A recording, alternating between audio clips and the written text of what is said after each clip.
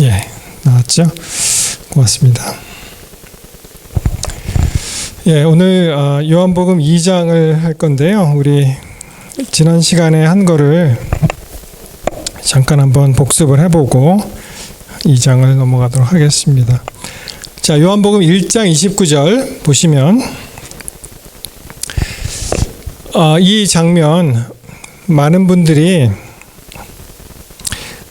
요한복음 1장도 예수님이 침례 받으시는 장면이다 이렇게 생각을 많이 하시는데요. 사실은 아닌 것 같습니다. 제가 보기에는. 여기 보시면 이튿날 요한이 예수께서 자기에게 나오심을 보고 이르되 세상 죄를 지고 가는 하나님의 어린 양이로다. 근데 이게 왜 그 예수님 침례 장면은 아닌 것 같으냐 하면 크게 이제 두 가지를 볼 수가 있는데요. 하나는 요한복음 1장에 구체적인 침례 장면이 안 나옵니다.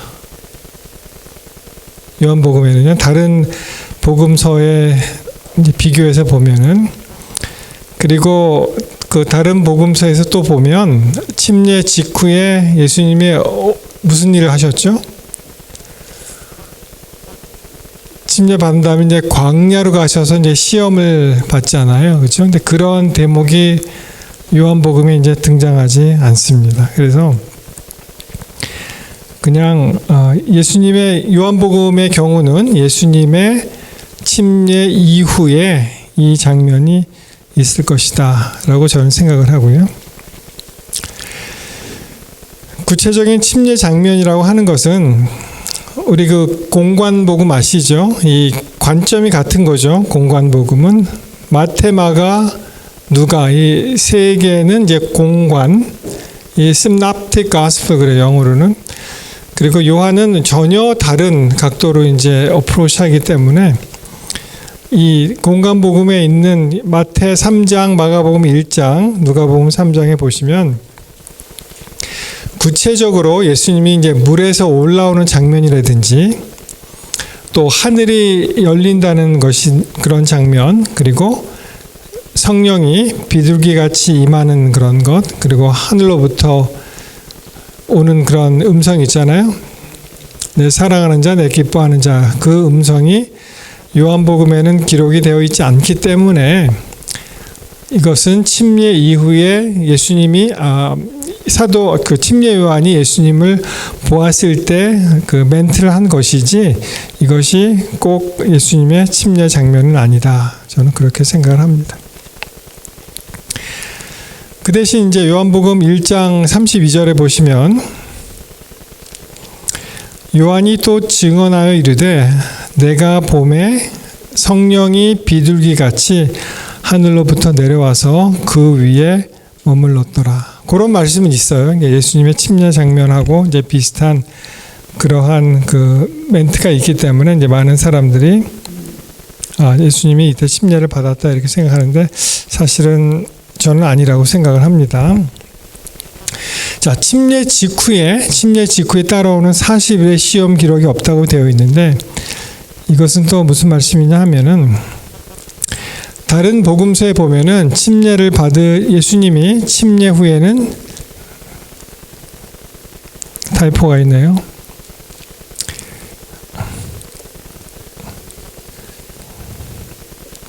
제가 아마 광양에 가고 싶었던 모양입니다. 이해해 주시기 바랍니다. 자, 그 다음에 이제 즉시 광야로 가시고, 그 다음에 40일 금식을 통과하시는 그런 시험을 받으셨는데, 그 내용이 이제 마태, 마가복음, 누가복음에 나와 있습니다. 자, 예를 들어서, 우리 마태복음 4장으로 가시면은요,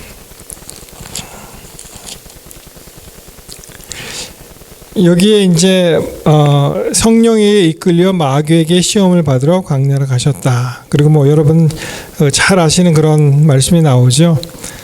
자, 사단이 이제 시험하는 얘기가 나오고, 그 예수님이 이제 기록되었으되 이렇게 말씀하시는 것이 나옵니다. 그 위에 이제 보시면 3장 15절 요한이 이제 아니 내가 당신께 침례를 받아야지 어떻게 나에게 오느냐라고 했을 때 예수께서 no, 이제 허락하라. 우리가 이와 같이 하여 모든 의를 이루는 것이 합당하다. 그리고 침례 받으시고 물에서 올라오시고 하늘이 열리고 하나님의 성령이 비둘기같이 내려 자기 위에 임하셨다. 그런 장면이 이제 뚜렷하게 나오지 않습니까? 그리고 이제 광야로 가는 그런 장면이 나옵니다. 여러분이 마태복음 4장에 그 시험 받는 얘기가 나온다면 참 흥미롭게도 누가복음도 장수는 같습니다. 누가복음 4장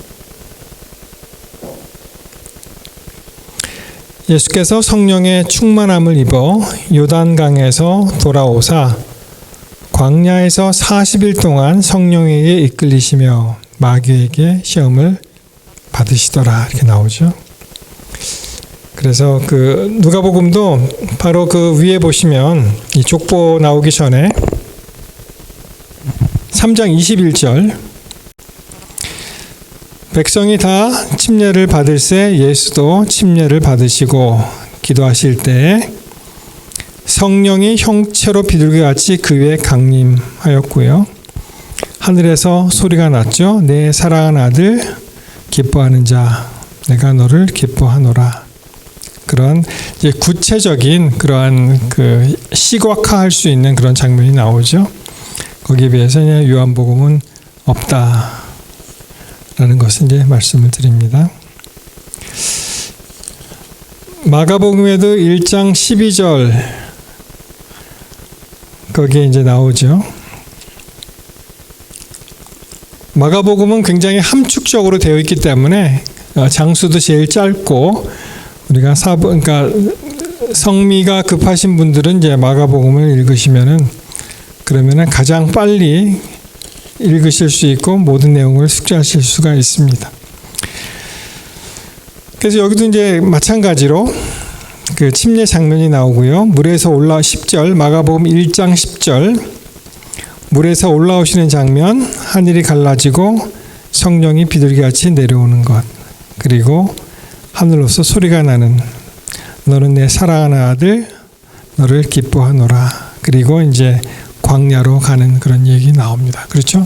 그래서 이렇게 이제 보았을 때 요한복음은 조금 다르다 이렇게 생각을 합니다. 여러분 질문이 하나 있습니다. 예수님은 과연 침례식을 거행을 했을까요? 그러니까 예수님이 누구를 침례를 주셨을까요?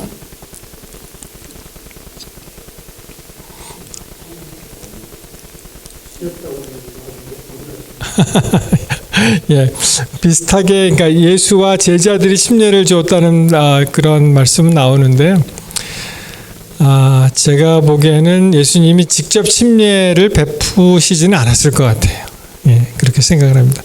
근데 한번 생각해 봤어요. 왜 예수님은 본인이 침례도 받으시고 했는데 본인 스스로는 다른 사람에게 다른 제자에게 이렇게 침례식을 거행하지 않았을까? 왜 안 하셨을 것 같습니까?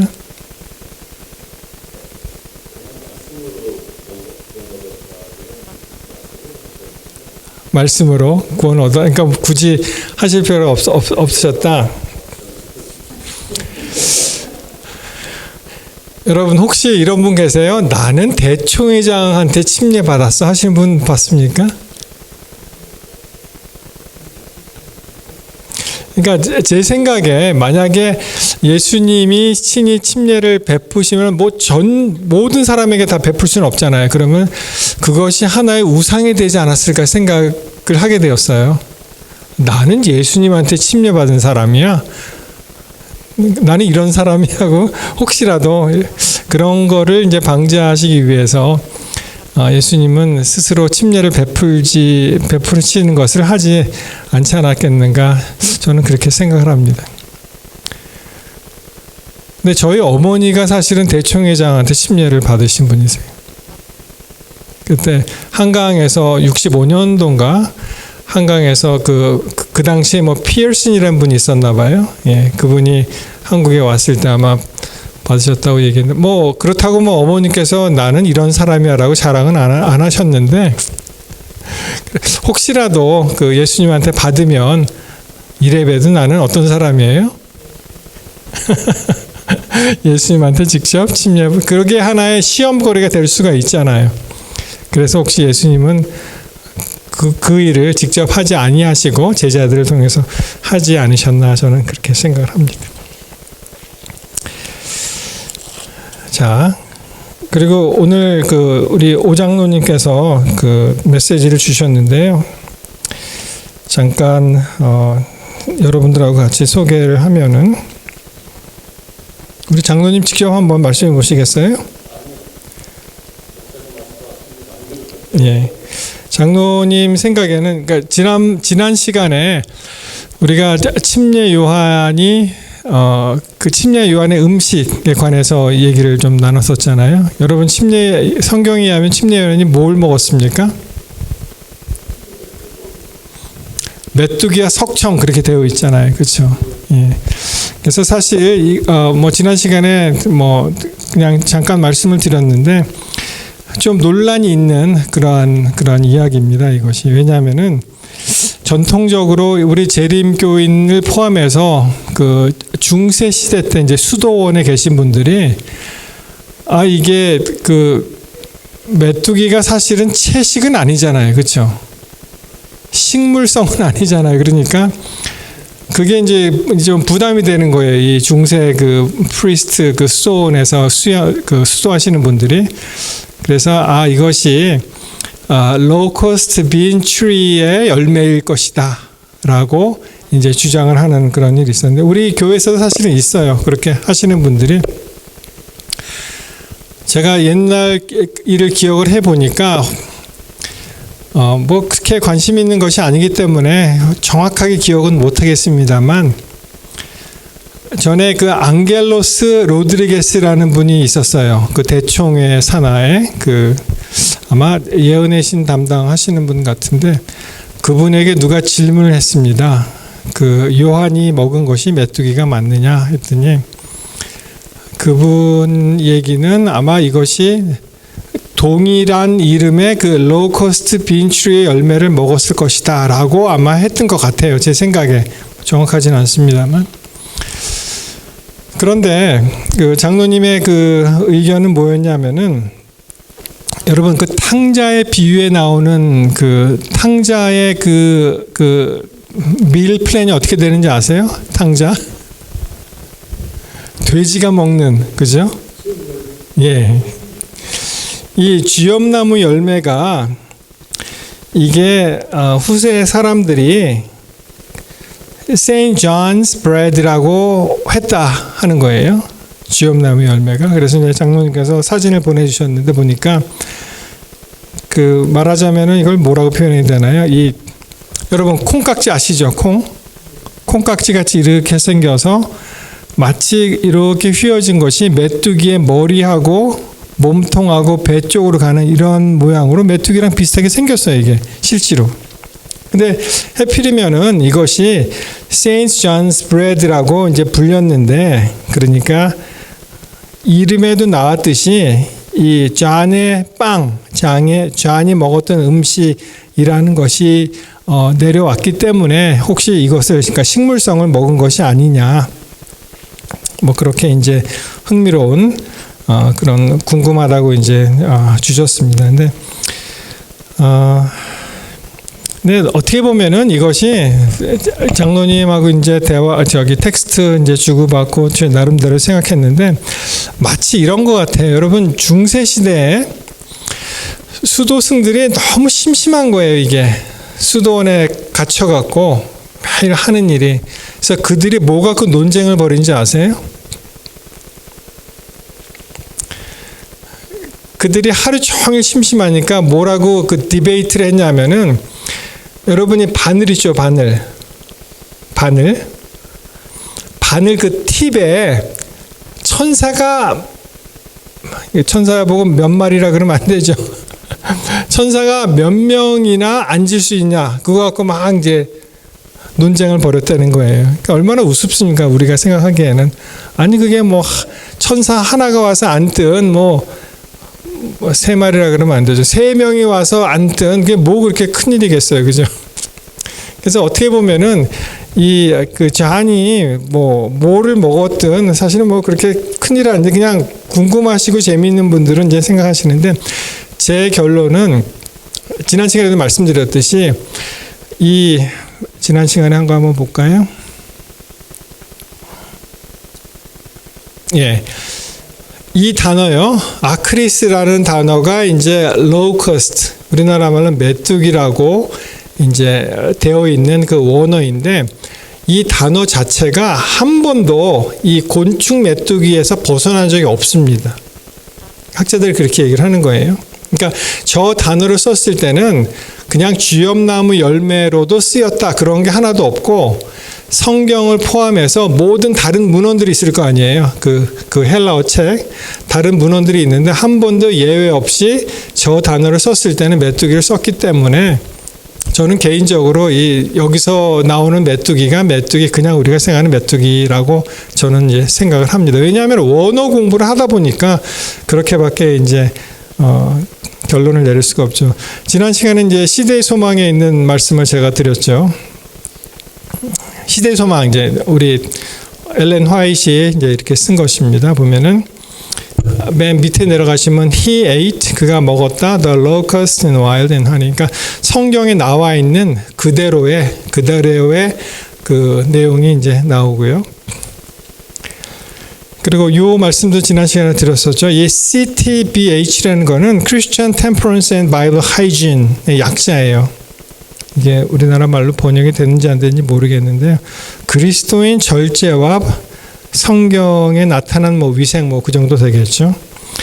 여기에 보시면 조금 헷갈리게 되어 있는데 두 번째 줄에 보시면은 여기 보면은 upon a purely vegetable diet 이렇게 되어 있잖아요. 존이 그의 친구로부터 그리고 이 아주 사치스러운 생활로부터 떨어져 나와서 혼자 광야에 거하면서 그가 유지하면서 먹었던 음식이 순수한 vegetable diet였다.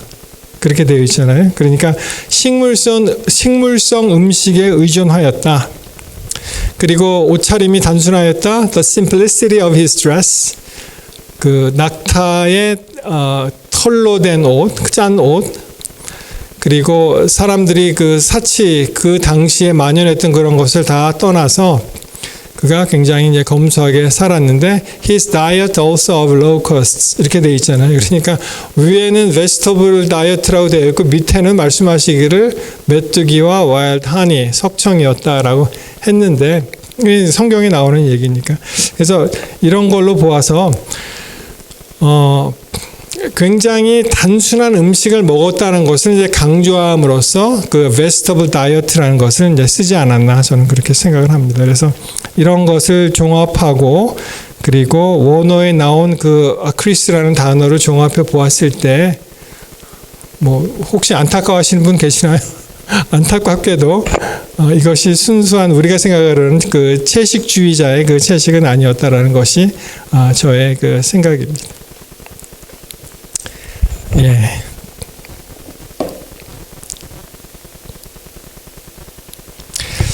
그리고 그 2장 나가기 전에 제가 질문을 한번 드린 적이 있죠. 자, 2장 1절 한번 보시겠습니다. 보시면 맨 처음에 어떻게 시작이 돼요?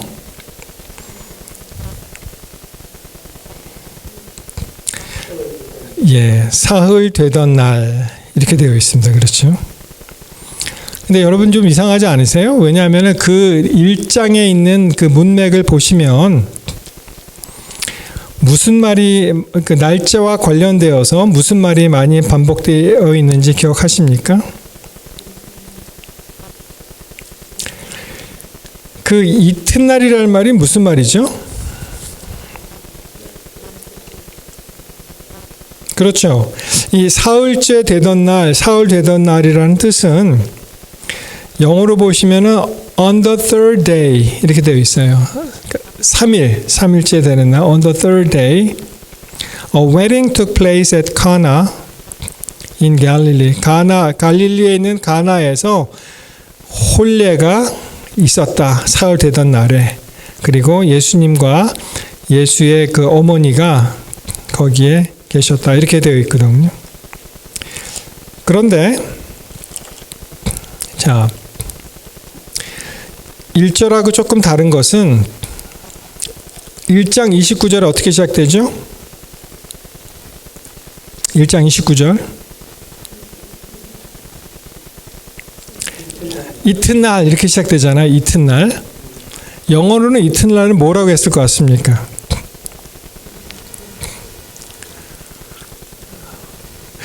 근데 이 어떻게 보면 이 한글이 어려워지고 있어요. 제가 이튿날이 무슨 말이죠? 이것이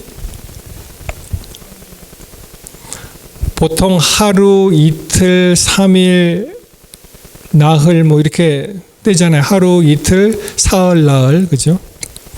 그래서 이제 이튿날이 영어 좀 이렇게 헷갈릴 때는 영어가 좀 도움이 되는데 the next day 이렇게 되어 있습니다. 그러니까 그 다음 날이라는 뜻이에요. the next day, 이튿날 그러면은 그러니까 이런 쭉 이야기를 쭉 하면서 아마도 그 19절에 나오는 그 요한의 얘기를 쭉 하고 그 다음에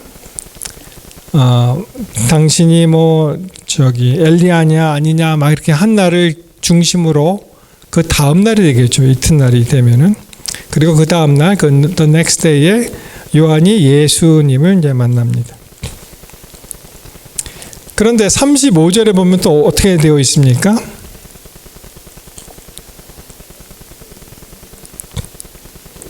또 이튿날. 그러니까 우리가 생각하기에 그런 일이 있고 이것이 말하자면은 첫째 날, 둘째 날, 셋째 날쯤 되겠죠. 또 이튿날이니까.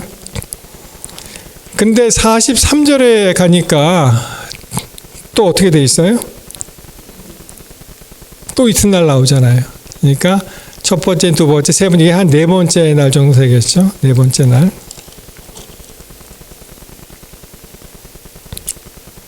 근데 2절에 보면은 뭐라고 되어 있다고요? 2장 1절에 사흘 되던 날. 그러니까 왜 다르죠 이것이?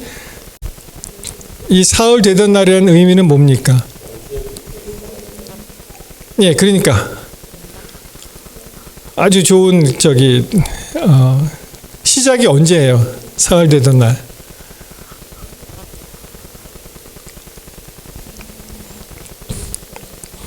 그래서 어떤 학자들은 뭐라고 얘기하냐면은 1장하고 연결해서 1장에 그 맨 처음에 일어났던 일, 이튿날, 그 두 번째 날이죠.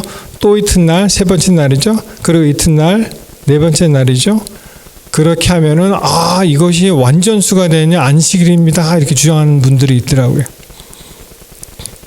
근데 안식일에 결혼식을 했을까? 여러분 안식일에 결혼식 했을까요?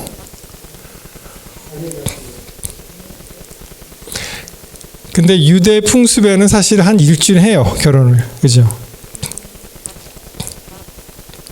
그래서 저는 그 학자의 말을 공감할 수는 없고 저는 이걸 어떻게 생각하냐면은 기준이 되는 날이 있을 거 아니에요. 그죠? 그게 어느 날인 것 같으세요? 기준이 되는 날. 유대인들이 기준이 되는 날이 언제일 것 같아요? 안식 후 세 번째 되는 날이다. 그렇게 저는 생각을 합니다.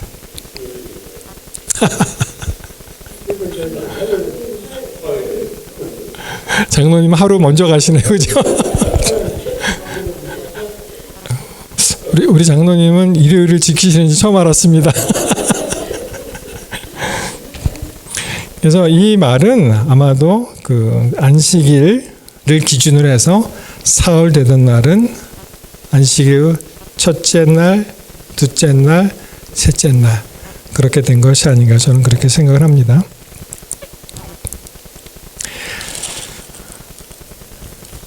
그 전에 보시면은 자 예수님이 다시 1장으로 가십니다. 예수님이 가셔서 36절 35절부터 볼까요? 또 이튿날 요한이 자기 제자 중 두 사람과 함께 섰다가, 자, 여기서 제자는 누구 제자란 얘기죠? 요한의 제자죠. 자, 36절. 예수님의 다니심을 보고 말하되 보라 하나님의 어린 양이로다. 또 나오죠. 하나님의 어린 양이. 29절에 한번 나왔고요. 여기 36절에 한번 나오는데, 그래서 다시 그 침례 얘기로 돌아간다면은 예수님 침례 장면이라기보다, 침례가 그 기준이라기보다 예수님의 그 정체성이, 여기서 요한이 보는 정체성은 하나님의 어린 양이라는 것을 계속 부각하는 것입니다. 요한복음 1장에 그 태초에 말씀이 있으니라는 말씀이잖아요. 그 말씀이 누구라고요? 예수님을 하나님의 어린 양이다. 결국은 그 어린 양이 어떻게 됩니까? 유월절 어린 양이 돼서 돌아가시는 그 이야기를 이제 요한은 하는 것이죠.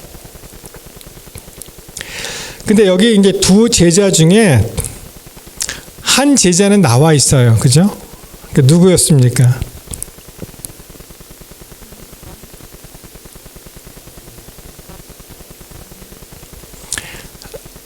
자, 40절에 나오죠. 답이. 여기서 요한은 누구 요한이겠죠? 누구 요한이죠, 이게?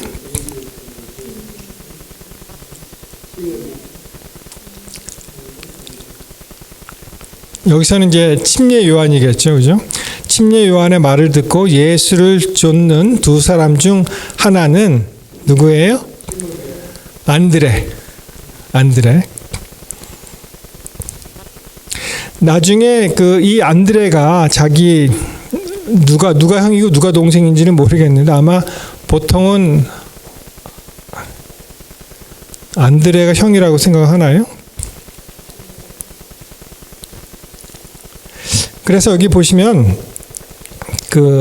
안드레가 이제 예수님을 쫓은 사람이 되는데, 다른 한 사람은 누구였습니까?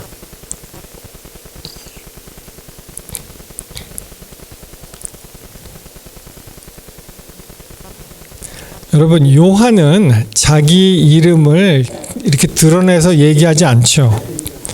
뭐 예수의 사랑하는 자라든지 뭐 그런 식으로 했는데, 아마도 다른 한 사람은 요한이 아니겠냐. 그러니까 사도 요한을 얘기하는 것 같습니다. 그 다음에 이 안드레라는 사람이 자기 형제인 시몬을 찾아가서 메시아를 만났다고 하고, 그리고 예수의 제자가 되는 장면이 나오죠. 그렇죠? 그래서 42절, 데리고 예수께로 오니 예수께서 보시고 가라사대 내가 요한의 아들 시몬이니 장차 게바라 하리라 하시니라. 게바는 번역하면 베드로라. 네, 여러분, 이것도 참 재미있는 흥미로운 그러한 또 논쟁거리가 하나 있긴 합니다. 우리가 그냥 재미있게 성경을 지나가니까 별로 생각을 하지 않는데, 여러분, 바요나 시몬이라는 말씀 기억하세요? 여기는 뭐라고 돼 있어요? 요한의 아들 시몬, 그죠? 마태 16장 17절 보세요. 마태 16장 17절. 이 바요나라는 말은, 여러분, 벤 그러면 그의 아들이잖아요. 그래서 바요나 그러면 이게 요나의 아들이라는 뜻이에요. 이게. 예수께서 대답하여 이르시되, 마태 16장은 그거잖아요. 예수님께서 제자들한테 너희는 그러면 나를 누구라고 생각하느냐, 그렇게 이제 질문하시는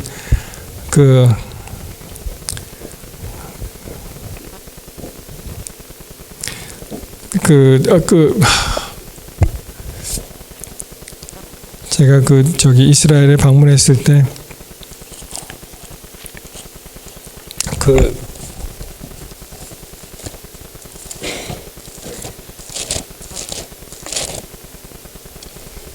장소에 있었는데요. 보시면은 가이사랴 빌립보, 거기서 일어났던 일이죠.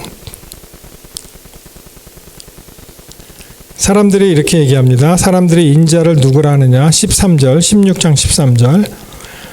침례 요한, 더러는 엘리야, 어떤 이는 예레미야, 또 선지자 중에 하나.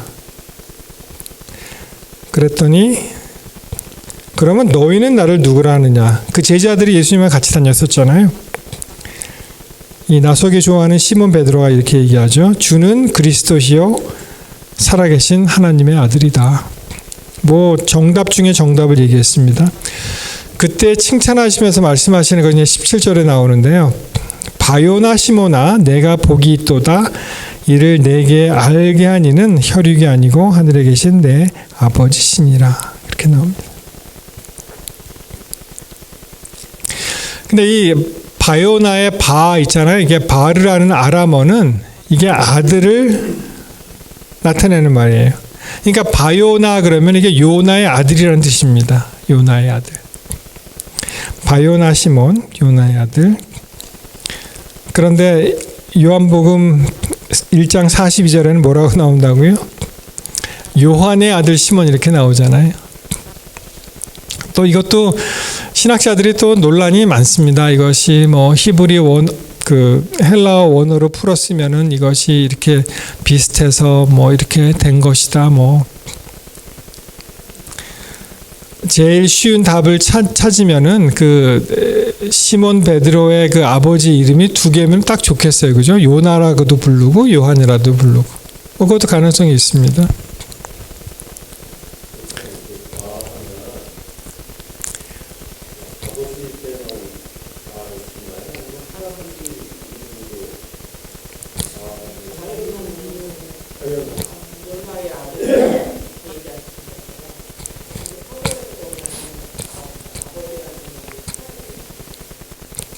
예, 무슨 말씀인지 알겠습니다. 성경에 나오는 그 할아버지를 아버지라고 부르는 그런 표기가 있긴 있어요. 그렇기 때문에 혹시 그런 것이 아니겠느냐. 그것도 좋은 하나의 그 접근점이 되겠네요. 그게.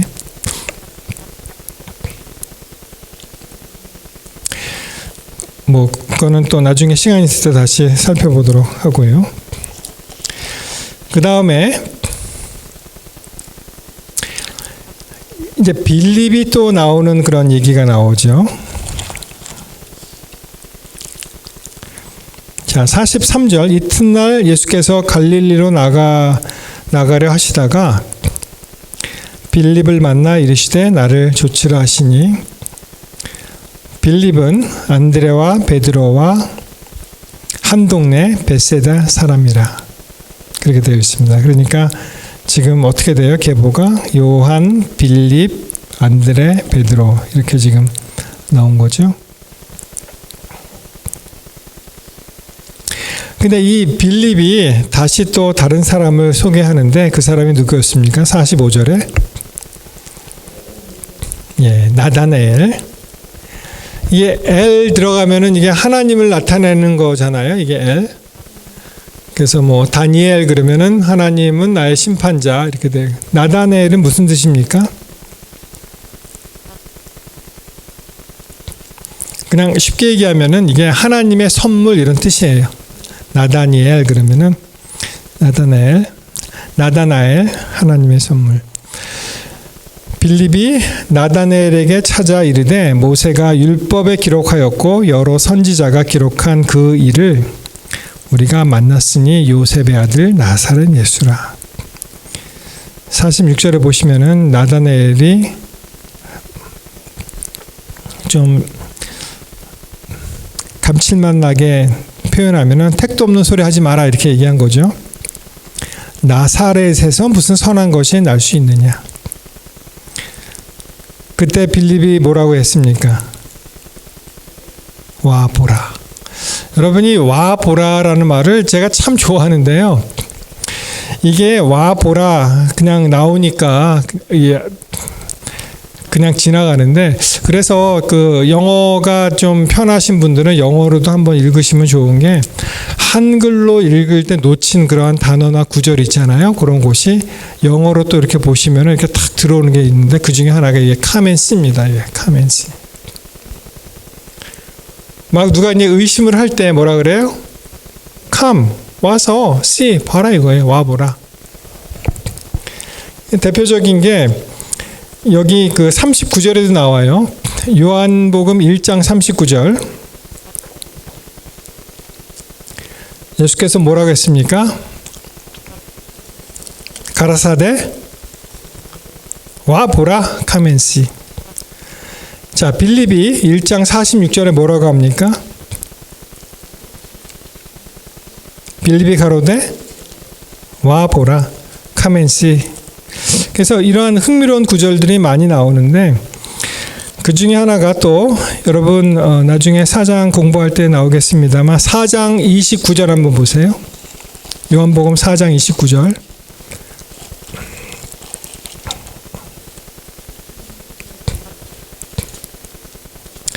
나의 행한 모든 일을 내게 말한 사람을, 그다음 뭐라 그래요? 와 보라, 이는 그리스도가 아니냐. 여러분, 모든 이 나오는 표현 중에 와 보라라고 이제 초청을 했을 때 와 보라가 나오면 그 다음에 일종의 기적이 일어납니다. 그렇죠? 사람이 변하고 예수님을 만나게 되고 깨닫게 되고 진리를 찾게 됩니다. 하나 더 보겠습니다. 요한복음 11장 34절.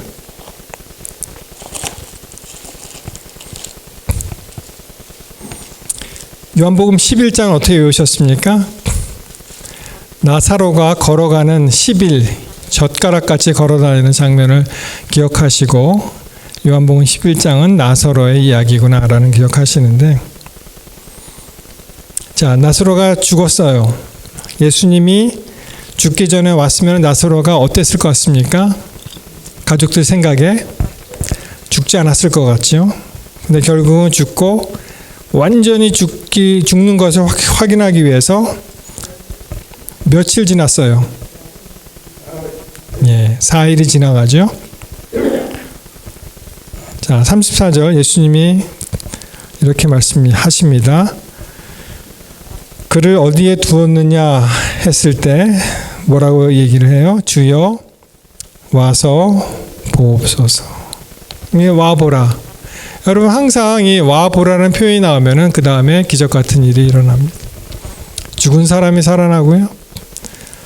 예수를 모르는 사람이 알게 되고, 그리고 예수를 만나게 되고, 참 이 기적 같은 일이 우리 이 교회에서도 일어났으면 참 좋겠습니다. 그래서 사실은 여기에 나오신 분들, 우리 초청하실 때 우리 친구들, 이웃들 했을 때 와 보라는 거예요. 와 보라. 야, 우리 교회가 얼마나 좋은지 알아? 와서 한번 봐라. 와 보라. 한번 만나자. 보자. 지난번에 김성호 목사님이 가시기 전에 우리 병원에 또 이렇게 방문하고, 그 다음에 식사하고, 그 다음에 누구를 만나냐면은요, 여러분 예전에 계셨던 분은 신혜식 씨라고 아세요? 신혜식 집사님. 그분을 방문을 했어요. 밤에. 근데 그분이 제가 이렇게 쭉 얘기 들어보니까 이 스프링클러 하는데 많이 헌신을 하셨더라고요, 그분이. 예. 근데 하여튼 무슨 이유로 이제 교회를 잠시 쉬고 계신다고 들어서 제가 근데 어떻게 지금 잠시 쉬고 계세요라고 질문을 드리니까 거기에 대한 답은 안 하셨어요, 그분이. 그냥 할 것 같이 얘기하다가 다른 데로 가고, 그래서 뭐 그런가 보다 했는데, 제가 끝나기 전에 뭐라고 얘기했냐면은, 혹시 제가 시간 있을 때 그냥 안부 인사드리게 전화번호를 좀 가져가면 좋겠습니까? 그랬더니 전화번호 선뜻 주시더라고요. 근데 그 다음 말이 좀 재밌어요. 뭐라 그러냐면은, 근데 목사님 제가 전화는 잘 안 받습니다 그러는 거예요. 그래서 뭐 전화를 환영을 안 하는 건지 아니면은 실제로 안 받는 건지 그래서 이게 셀폰입니까? 그러니까 자기는 셀폰 안 쓴대요. 그 집 전화번호를 줬어요. 근데 그 떠나면서 그러면 이번 안식일에 꼭 한번 교회에서 뵙기를 바랍니다. 그랬더니 교회 나오겠다는 거예요. 목사님 나 교회 가지요. 그래요. 그래서 제가 참 오시면 좋겠다. 이제 또 뭐 저도 새로 오고 또 새로운 마음으로 시작하면 되니까. 근데 여러분 놀랍게 오늘 카스코에서 그분을 또 만났어요. 예. 여러분 저희가 이제 온 지가 좀 한 2달 돼 가는데 계속 미루면 안 돼 갖고 와이프하고 상해서 그러면 빨리 우리 교우님들하고 식사를 해야 되겠다 해서 이제 갑자기 일요일 오시라고 했잖아요. 다 받으셨죠? 카톡. 근데 보니까 영어권도 다 인바이트 했는데 보니까 그날이 슈퍼볼 날이래요. 그래서 모르겠어요. 영어권들이 얼마나 올지. 근데 우리 한국 분들은 별로 슈퍼볼 관심 관련 없잖아요. 그렇죠?